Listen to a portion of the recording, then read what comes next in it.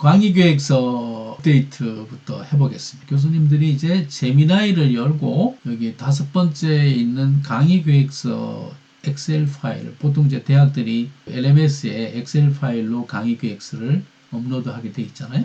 그거를 다운로드 받고 그 다음에 제미나이한테 업데이트를 시키는 겁니다. 그 결과를 구글 독스로 내보내고 그것을 검토해서 각 주차 강의안을 제작하는 그런 방법에 대해서 알아보도록 하겠습니다.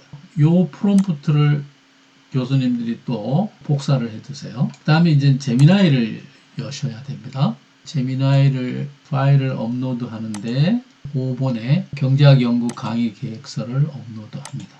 방금 전에 카피한 프롬프트를 여기다 집어넣습니다. 그리고 나서 요거를 사고 모드로 하시고 생성을 시킵니다. 제미나이가 그 기존의 강의 계획서를 보고 그동안 변화된 내용들 이런 것들을 제미나이가 업데이트를 합니다. 자, 그래서 업데이트한 내용들을 그럼 이제 요거를 구글 독스로 내보냅니다. 요 점 3개를 누르면 메뉴가 나오는데 거기에서 구글 독스를 누르는 거죠. 구글 독스를 열면 여기에 이제 강의 계획서와 관련된 어떤 점을 좀 보완했으면 좋겠다 하는 그런 내용들이 있습니다. 그래서 교수님들이 제미나이가 제안해 준 업데이트 체크 포인트를 감안하셔서 기존의 강의 계획서를 다시 이제 업데이트를 하시는 거죠. 그래서 업데이트를 이제 했습니다. 근데 이제 이 강의 계획서가 엑셀로 되어 있는 거를 학생들이 잘 읽지 않습니다. LMS에 올라가 있는 것도 잘 읽지 않습니다. 그래서 요거를 슬라이드로 생성해서 학생들에게 제공하는 것이 중요합니다. 여기 이제 원래 강의 계획서고 제미나이에서 강의 계획서 업데이트를 했고 독수를 내보냈고 그것을 감안해야 강의 계획서를 다시 수정을 했습니다. 그 수정한 강의 계획서를 노트북 LM에다가 업로드를 하시고 그건 이제 여기서 직접 하지는 않겠습니다. 그리고 슬라이드를 생성해 달라고 하면서 거기에다가 프롬프트를 이렇게 너는 경제학과 교수야. 소스의 강의 계획서를 바탕으로 학생들이 이해하기 쉽게 인스타형 슬라이드로 이렇게 이제 명령을 하면 노트북 LM이 요런 슬라이드를 만들어 줍니다. 그러면 이것과 이거를 비교해 보면 학생들 입장에서는 이 슬라이드를 보면 훨씬 매주 무엇을 배워야 되는지 강의 계획에 대해서 금방 한눈에 들어오는 그런 자료를 얻게 됩니다. 그래서 교수님들이 반드시 이렇게 강의 계획서를 슬라이드로 만들어서 학생들에게 학기 초에 제공하는 게 좋을 것 같습니다. 이제 노트북 LM에 대해서 말씀드리겠습니다. 노트북 LM은 이렇게 3가지 창으로 이루어져 있습니다. 소스 패널이 있고 여기는 이제 입력하는 거고요. 채팅 패널이 있고 중간에 여기는 이제 제미나이 3.0 기반으로 대화를 할 수 있는 거고 그 다음에 이제 스튜디오 패널이라는 게 슬라이드 만들거나 또는 비디오 만들거나 퀴즈 이런 것들을 생성하는 그런 창이 스튜디오 패널입니다. 교수님들이 유의해야 될 건 뭐냐 하면 그 노트북 LM은 한꺼번에 현재까지 한꺼번에 소화할 수 있는 슬라이드가 15장 내외입니다. 그러니까 너무 분량을 많이 주면 노트북 LM이 어떻게 하냐면 어떤 거는 그냥 무시해버립니다.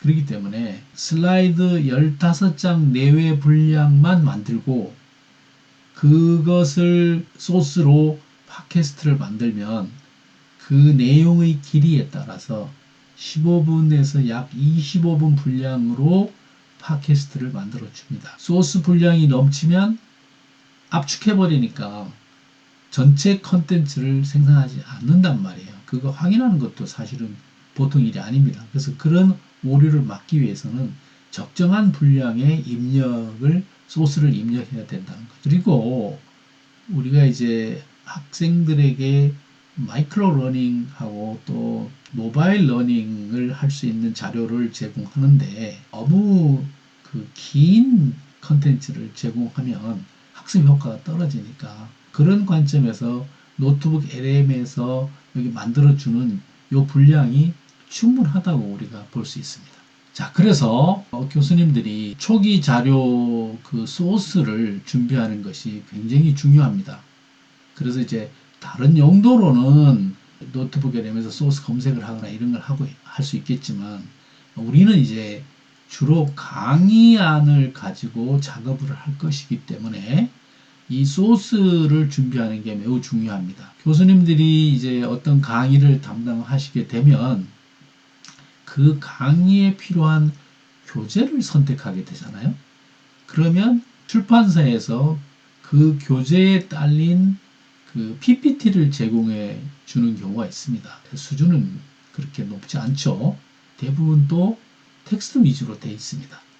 그리고 출판사에서 교수님들에게 그 자료를 드리면서 강조하는 게 뭐냐. 그 원본 그대로는 절대 학생들에게 배포하지 말라고 얘기를 합니다.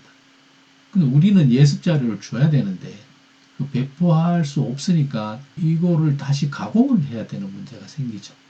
자, 그리고 교수님들이 직접 만든 강의안이 있을 겁니다.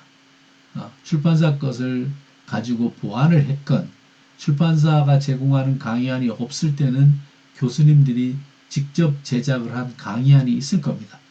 근데 이 강의안들은 대개 텍스트 중심으로 이루어졌거나 아니면 이미지가 이렇게 완성도가 높지 않을 가능성이 높죠. 요 강의안을 마련해서 이거를 우리가 노트북 LM에서 슬라이드 기능을 통해서 멋진 강의안으로 변환시킬 수가 있는 겁니다. 근데 그 멋진 강의안을 만들기 위해서는 소스가 반드시 있어야 됩니다. 우리가 보통 50분 오프라인 강의를 하기 위해서는 이제 분량을 얼마나 준비하는데 이게 보통 온라인 강의에서는 제가 그 서울 디지털 대학에서 온라인 강의를 했다고 그랬잖아요. 온라인 강의에서는 50분 강의가 25분짜리입니다. 그러니까 대충 25분짜리 교수님이 일방적으로 강의에서 녹화한 분량이면 그게 50분으로 인정이 된다는 거죠. 그래서 우리도 노트북 LM을 통해서 15분에서 25분 사이의 길이로 팟캐스트를 만드는 것이 중요합니다. 근데 그 내용을 보면 알겠지만 그 팟캐스트의 아나운서가 굉장히 빠르게 말을 하기 때문에 15분짜리라도 분량은 굉장히 많습니다. 그러면 우리가 이제 3시간 강의 자료가 보통 한 개의 파워포인트로 돼 있잖아요. 30장이 됐건 40장이 됐건 이걸 그대로 노트북 LM에 집어넣으면 노트북 LM이 제대로 작업을 못합니다. 그러면 어떻게 하냐면 이 30이나 40페이지 파워포인트를 3시간으로 쪼개고 그것을 문맥에 맞춰서 3개의 강의안으로 분할해야 됩니다. 그래서 3개의 소스를 마련하는 것이 가장 좋습니다. 그래서 제가 여기 샘플로 올려놓은 수요와 공급이라는 강의안은 여기 50분짜리 강의할 수 있는 내용입니다. 이 원칙은 여러분 교수님들이 반드시 준수해야 됩니다. 그렇지 않으면 베스트 아웃풋을 만들 수가 없습니다.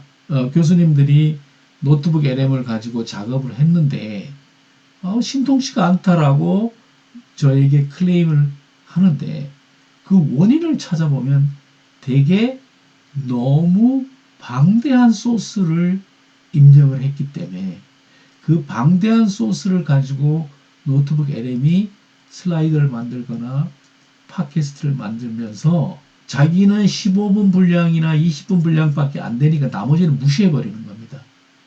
그래서 그런 부분을 반드시 유의해서 이 소스 자료를 준비하는 게 좋습니다. 그동안은 PDF밖에 받아들이지 않았는데 금년 4월부터는 그동안은 PDF라든가 몇 가지 소스로 입력할 수 있는 파일의 형식이 한정되어 있는데 2026년 4월부터는 PPT 형식도 입력이 가능해졌습니다. 굳이 이전에는 PPT 형식을 PDF로 변환했어야 되는데 이제는 굳이 PDF로 변환하실 필요가 없습니다. 앞에서 말씀드렸지만 이제 강의 여기 소스를 업로드 하는데 노트북 LM이 시간이 오래 걸리는 경우가 있어요. 그러면 소스의 크기가 뭐 텍스트로 된 강의 한 12페이지인데 너무 오래 걸리면 3분 이상 걸리면 오래 걸린다고 볼 수 있습니다. 그러면 나갔다가 다시 입장하는 그런 트릭이. 세 번째 미션은 슬라이드 제작하는 겁니다. 노트북 LM을 열고 새 노트북 만들기를 클릭하고 소스 창에 파일을 업로드하고 그 다음에 슬라이드를 선택하고 슬라이드 창에 이런 프롬프트를 입력을 하면 그리고 시간이 지나면 슬라이드를 만들어 주잖아요. 자, 우리가 앞에서 백본 작업을 시켰습니다. 그게 지금 만들어졌을 테니까 한번 가서 확인해 보도록 하겠습니다. 자, 여기서 이제 노트북 LM으로 가셔서 바로 이게 첫 번째죠. 자, 이게 지금 들어가 보면 첫 번째 만들어졌습니다. 근데 원본이 어떻게 생겼는지 한번 보시면요.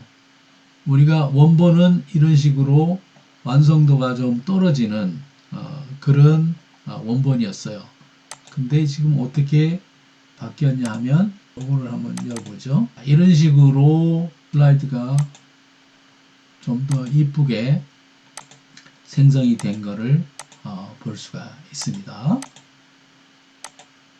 자, 그래서 요거 문을 다시 닫고요. 요거를 누르시면 닫힙니다. 그러면 요거를 우리가 PDF로 다운로드 받을 수도 있고 파워포인트로 다운로드 받을 수도 있습니다. 그래서 교수님들이 이걸 가지고 강의를 직접 하실 거면 파워포인트로 다운로드 받으시면 되고 그걸 가지고 팟캐스트를 만들거나 다른 작업을 할 때는 PDF로 다운로드 받는 게 좋습니다. 그래서 PDF로 다운로드 받겠습니다. 그러면 이 다운로드 받는 파일이 어디로 나아가냐 하면 우리가 이제 파일함에 들어가면 다운로드 폴더가 있습니다. 이 다운로드 폴더에 방금 다운로드한 이 PDF 파일이 올라가 있는 걸 볼 수 있습니다. 다시 PPT로 돌아가서 그래서 이제 슬라이드가 생성이 됐어요. 이 슬라이드를 보시고 이제 많이 정정하는 것은 불가능하지만 조금 단어 몇 개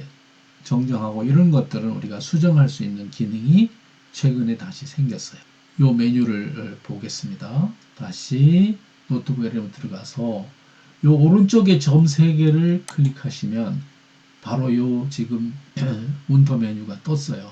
자, 여기서 슬라이드가 이제 이런 슬라이드가 기업의 마크 비하인드라고 이제 제목이 돼 있었는데 요거를 기업의 마크 비하인드가 아니고 기업의 작동 방식이라고 바꾸어줘.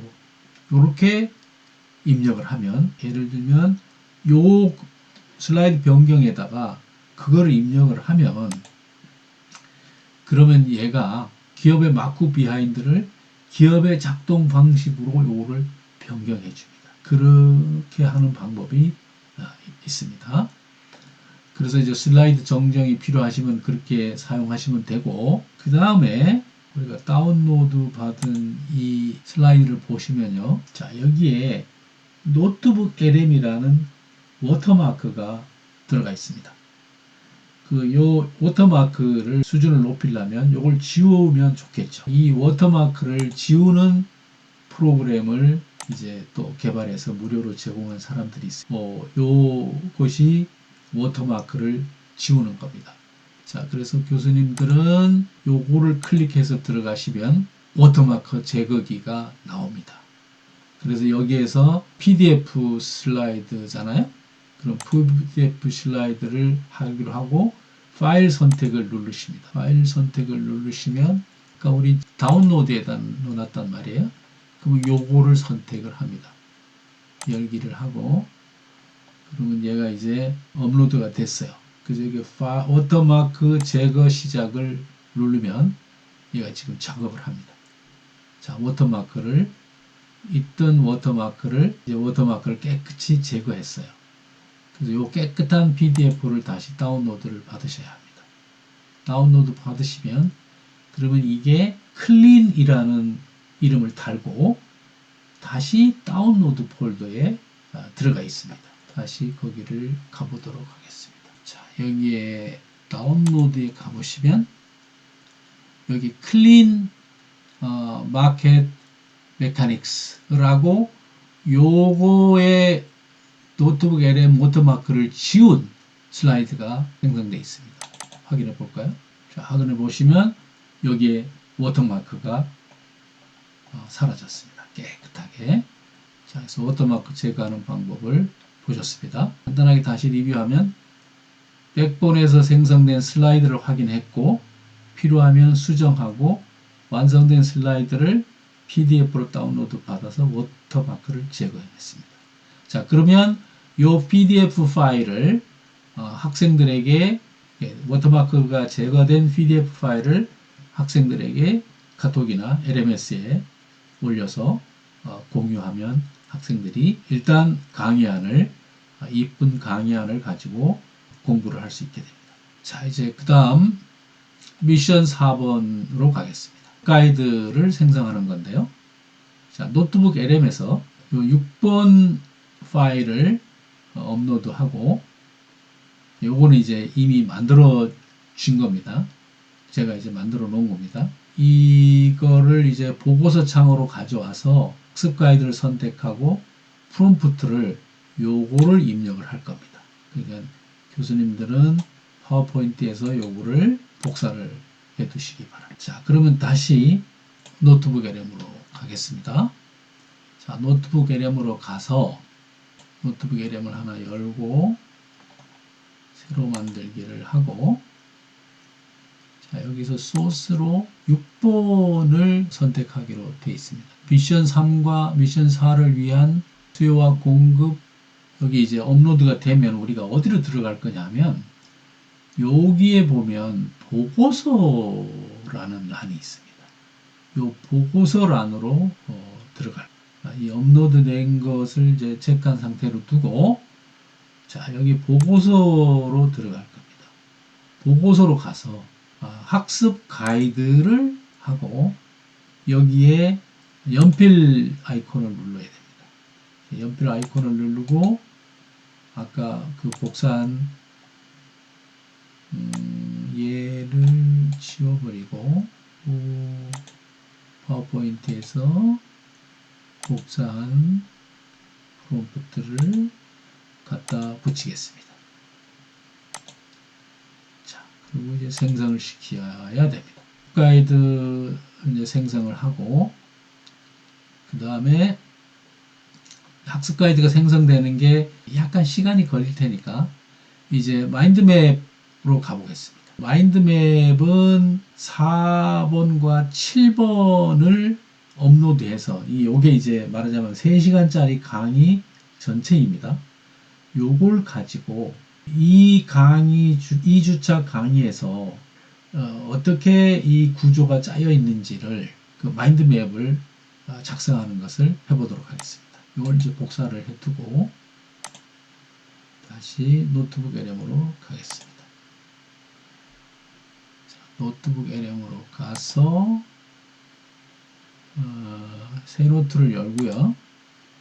아까 이제 뭐라고 그랬냐면 4번하고 7번이라고 그랬어요. 4번하고 7번을 가져오겠습니다. 자, 소스 추가 파일 업로드 4번을 가져오고 또 한 번 더해서 7번을 가져오겠습니다. 그러면 이게 4번하고 7번이 한 주 강의 분량입니다. 이 한 주 강의 분량이니까 그 주차 전체 내용의 마인드맵이 어떻게 됐는지를 만들어 보는 거거든요. 이 마인드맵도 우리가 프롬프트를 줄 수 있는 그런 창이 추가됐어요. 거기에다가 방금 소스 파일 전체를 바탕으로 이번 강의안의 맥락을 이해하기 쉽게 마인드맵을 작성해줘.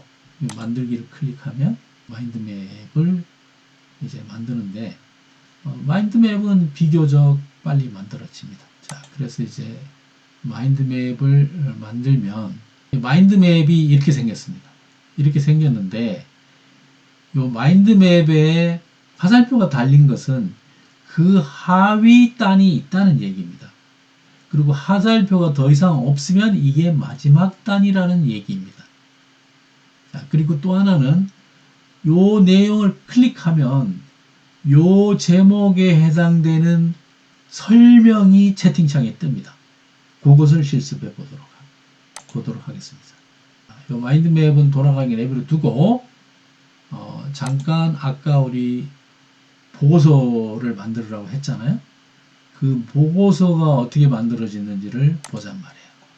학습 가이드를 만드는데 그 학습 가이드에서 내용을 보고 구글로 독스로 내보내고 내용을 확인하면 됩니다. 자, 그러면 여기서 학습 가이드를 구글 독스로 먼저 내보내겠습니다. 구글 독스로 내보내서 강의안을 가지고 얘가 이제 학생들이 이걸 가지고 자기주도 학습을 할 수 있도록 예습을 할 수 있도록 그 내용의 그 강의 내용의 핵심 용어사전, 심화학습. 자, 그리고 요 내용을 바탕으로 강의 내용을 바탕으로 학생들이 퀴즈를 풀어볼 수 있도록 여기 퀴즈가 객관식으로도 있고 단답형 소설형으로도 있고 그리고 그거에 대한 해답과 해설도 이렇게 올려놨습니다. 그래서 요 간단한 자료를 가지고 학생들이 학습 가이드로 삼을 수 있도록 한 것이 학습 가이드인데 요 학습 가이드도 매번 교수님들이 만들어 줄 수도 있고 또 노트를 학생들하고 공유시키면 학생들이 스스로 이 학습 가이드를 만들 수도 있다는 거죠. 그 다음에 마인드맵으로 다시 들어가 보도록 하겠습니다. 노트북 LM으로 가서 얘가 이제 조금 전에 자, 마인드맵을 그렸습니다. 자, 마인드맵이 이렇게 생겼습니다. 자, 이렇게 생겨서 요거를 이제 확대할 수 있어요. 요걸 자 다시요. 마인드맵을 누르고 여기서 확대 창을 누르시면 이게 이제 전체 화면이 마인드맵으로 바뀝니다. 그럼 요렇게 끌어올 수도 있고요. 자, 그 다음에 화살표가 있다는 건 무슨 뜻이라고 그랬어요? 밑에 또 뭐가 달려 있다는 얘기라고 그랬잖아요. 자, 밑에 달려 있습니다. 자, 얘도 달려 있고 얘는 또 달려 있습니다. 그 다음에 얘도 달려 있고 얘도 또 달려 있습니다. BCG 매트릭스 달려 있습니다. 자, 그리고 이제 다 달려 있는 걸 확인했어요. 그러면 여기서 이제 명시적 비용과 암묵적 비용이라는 게 뭐냐? 이거가 이제 학생이 생각이 안 나요. 그러면 얘를 클릭해 봅니다. 그러면 거기에 대한 설명이 여기 중간에 채팅창에 바로 얘가 작업을 해서 보여줍니다. 이 마인드맵 전체를 다 열어서 이거를 다운로드 받아서 강의 안에 삽입하거나 할 수도 있습니다. 자, 지금 여기 보면 이 질문이 뭐냐? 명시적 비용과 암묵적 비용이 뭐냐? 거기에 대해서 이제 눌렀더니 얘가 명시적 비용과 암묵적 비용에 대해서 다 설명을 해줬습니다. 자, 이런 식으로 이제 마인드맵을 활용하면 되고요. 요거를 이제 닫으면 다시 이렇게 나옵니다. 그리고 마인드맵을 다 풀어서 이거를 다운로드 받을 수도 있고 요 자체를 공유할 수도 있습니다. 자, 마인드맵까지 했습니다. 자, 그 다음에 팟캐스트를 보도록 하겠습니다. 자, 앞에서 우리가 백본으로 돌아가게 만들었잖아요. 그래서 그 팟캐스트를 만들 때 이 팟캐스트가 심층 분석했고 기본값으로 하고 여기에 우리가 이제 프롬프트를 넣어줬단 말이에요. 그래서 팟캐스트 길이는 15분에서 분량이 많으면 20분까지도 해줍니다. 그러니까 아직은 성우를 선택하는 게 불가능해서 남녀 2명의 성우가 나옵니다. 이게 원래 영어 위주로 만들었기 때문에 영어에는 여러 가지 추가 기능이 있습니다. 예를 들면 이제 팟캐스트가 이게 틀어놓고 나오면 멈추고 듣는 사람이 개입을 할 수가 있습니다. 그럼 팟캐스트가 금방 확인을 거기에 대응을 해주는데 한국어는 아직 그게 안 됩니다. 그리고 요 팟캐스트를 편집을 해서 요거를 우리가 강의 안에 삽입해서 사용할 수 있는 그런 방법이 있는데 그거는 이제 미션 11에서 해보도록 하겠습니다. 자, 그러면 이제 노트북 LM으로 가서 요게 이제 팟캐스트입니다. 요 팟캐스트를 누르면 얘가 이제 소리가 납니다. 10분 59초짜리 팟캐스트를 만들어줬습니다. 이것도 다운로드 받아서 학생들이 예습할 수 있도록 보내주면 됩니다. 그런 식으로 이제 팟캐스트 확인을 했고, 자, 그런데 지금 팟캐스트는 2명의 성우가 주고받으면서 하는 그런 내용인데, 이거를 이제 1명의 성우가 얘기하는 걸로 작성하는 방법이 있습니다. 그래서 그거는 어떻게 하냐면 오디오 오버뷰 팟캐스트 2인용인데 여기에서 요약이 있는데 그 요약에서는 한 사람이 내레이션 하도록 할 수 있습니다. 팟캐스트 창 들어가서 화살표 아이콘을 누르고 요약 선택을 하고 거기에다가 요 프롬프트를 넣어주면 됩니다. 그래서 요 프롬프트를 넣어주면 한번 해볼까요? 오디오 오버뷰를 하고 여기에서 요약, 지금은 심층 분석이잖아. 요걸 요약을 클릭을 하고 여기에다가 1인 나레이션으로 해줘 라고 하면 얘가 1명이 나레이션 하는 걸로 만들어 준다는 거죠. 그래서 요 지금 보시면 요 오디오를 클릭해 보시면 이게 2명이 아니고 1명의 성우가 그 내용을 설명해 준 것을 교수님들이 보실 수가 있습니다.